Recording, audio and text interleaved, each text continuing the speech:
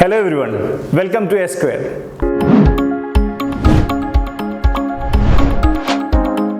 Today we are studying one of the most important topics in algebra, completing the square. What's completing the square? A quadratic function can be written in two forms. The first one is general form, fx is equal to ax square plus bx plus c. The second form is fx is equal to a number, then in bracket x plus or minus some number square, then plus some other number. This is called standard form. If we write in standard form, we have many advantages. By using this, we can solve the quadratic equation very easily. We can find the graph of the quadratic equation. There are many other advantages by writing in standard form. Let's learn how to write in standard form or how to complete the square. Let's see one easy example. X square plus 6x plus 9. How do you complete the square? That means how do you write a bracket and the square? So in the bracket, of course, the first number or letter will be x because x square is there. And the last 3 square is there, so we write 3 in the end. And after x square you have plus, so plus is coming in between. So it is x plus 3 the whole square. What do you get when you expand x plus 3 the whole square? X plus 3 times x plus 3. Let's multiply it. So we get x square plus 6x plus 9 back. Or we have the formula a plus b the whole square is equal to a square plus 2ab plus b square. Using that also this can be expanded. Now if there is only x square plus 6x, what happens? X square plus 6x. We need 9 also, like the previous one, to complete the square. Why 9? That's the square of the half of 6. You see the second term in the quadratic function, which is 6x. What is the coefficient of that? 6. Take the half of that, which is 3. Then square it and add it. That means 6 by 2, the whole square should be added. When you add something extra in a function, you have to subtract it, so you minus 3 square.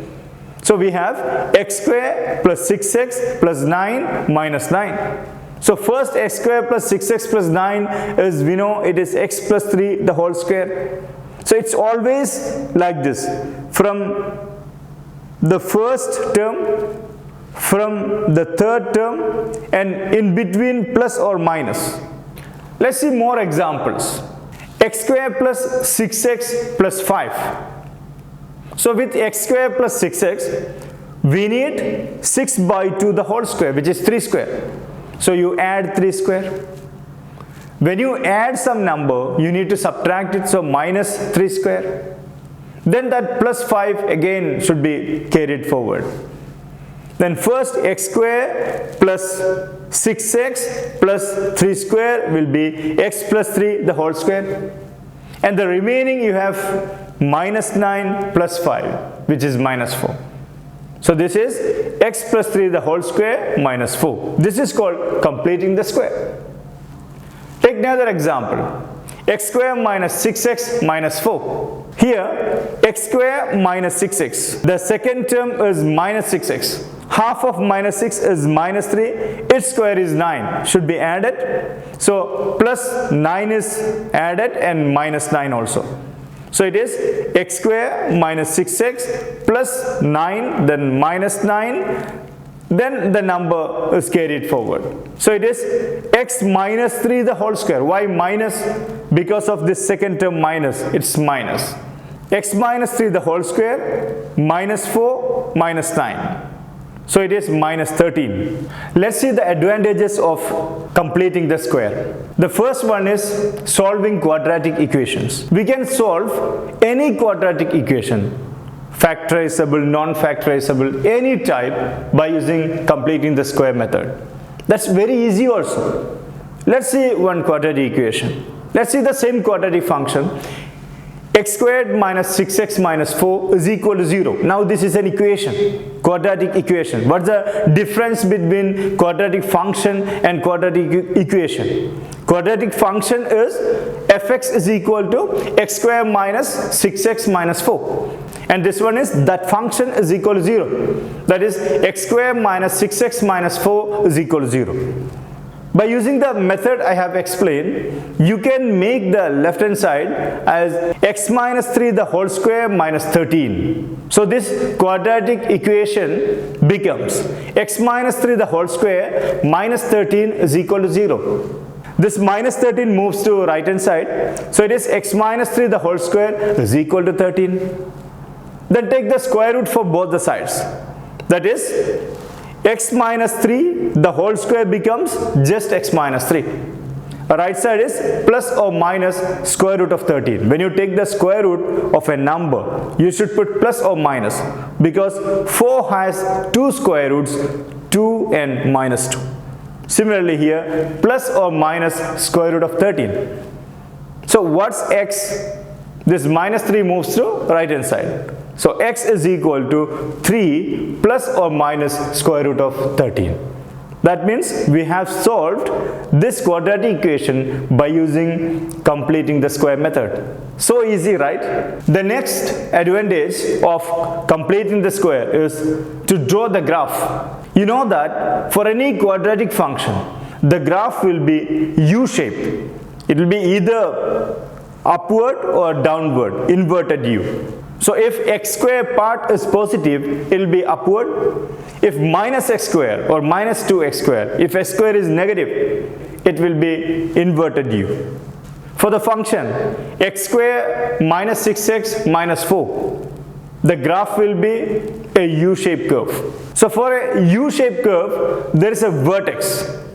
There is an axis of symmetry also. How do you find the vertex? Vertex is nothing but 3, 13. The number inside the bracket, if it is minus 3, you have to take 3. So you can consider it as x minus 3 is equal to 0, x is equal to 3. And the number in the end, which is minus 13. So 3 comma minus 13. And what is the axis of symmetry? You know that axis of symmetry will be a line parallel to y-axis. Its equation should be x is equal to some number. From where you get it? You take the bracket, which is x minus 3, then you equate to 0. So x minus 3 is equal to 0, or x is equal to 3 is the axis of symmetry. Let's take more examples of completing square. X square plus 2x minus 2. How do you do completing square? The second term is 2x. The coefficient is 2. Take the half of that, which is 1. So you have to add 1 square, then subtract 1 square. So plus 1 and minus 1. Then extra minus 2 also. So x square plus 2x plus 1 is x plus 1 the whole square. And you have minus 2 and minus 1, which is minus 3. So x plus 1 the whole square minus 3. Now let's consider the examples with coefficient of x square other than 1. So far we examined the questions with 1 as coefficient of x square. You know, in every quadratic function you have seen x square, that is 1x square. But now with some other number. For example, 3x square minus 12x plus 2. So if there is a number before x square, you cannot do completing square. X square should be free of any number. So if 3 is there, you have to take 3 out. So 3 outside and make a bracket there. So 3, then in bracket x square, all the numbers we need to divide by 3, right? When you divide 3x square by 3, you get x square. Then you have minus 12x. When you divide by 3, you get 4x, minus 4x. So x square minus 4x, then 2 cannot be divided by 3, right? So you write 2 over 3. So it becomes 3 bracket x square minus 4x plus 2 over 3. Now this x square minus 4x plus 2 over 3 should be completed into square. So x square minus 4x, the second term is minus 4x. What's the half of minus 4? Minus 2. What's the square of that? Which is 4. Add 4 and subtract 4. So it is x square minus 4x plus 4 minus 4. Then that extra 2 over 3. So the first 3 terms will constitute into x minus 2 the whole square. then you have minus 4 plus 2 over 3. You can simplify that into minus 10 over 3. So there is 3 outside, and in the bracket you have x minus 2 the whole square minus 10 over 3. Now you can multiply this 3 inside. So you get 3 x minus 2 the whole square, then minus 3 times 10 over 3 means 10. So it is 3 x minus 2 the whole square minus 10. Consider this, 12 minus 7x minus 10x square. What's special with this? X square got a coefficient other than 1. Moreover, it's negative also. So you need to take negative 10 outside. So negative 10 in bracket, you divide everything by negative 10. So the last term can be written as the first term.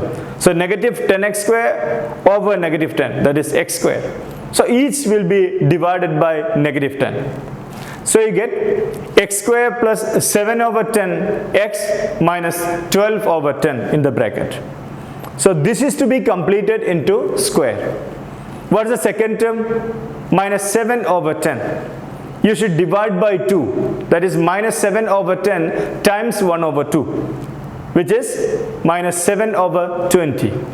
And you have to square it, that is 49 over 400. This 49 over 400 you have to add and subtract after the second term. And the last term, the 12 over 10, will be carried forward. The first 3 terms will make into x plus 7 over 20 the whole square. Then last 2 numbers can be simplified into 529 divided by 200. Negative 529 divided by 200. Now you multiply this negative 10 inside, and you can simplify this standard form into this. So this is how you complete the square for a quadratic function. So this got many uses. I hope you understood some of the uses of this completing the square. And you have some questions as homework. You can try this. All the very best. Thank you so much.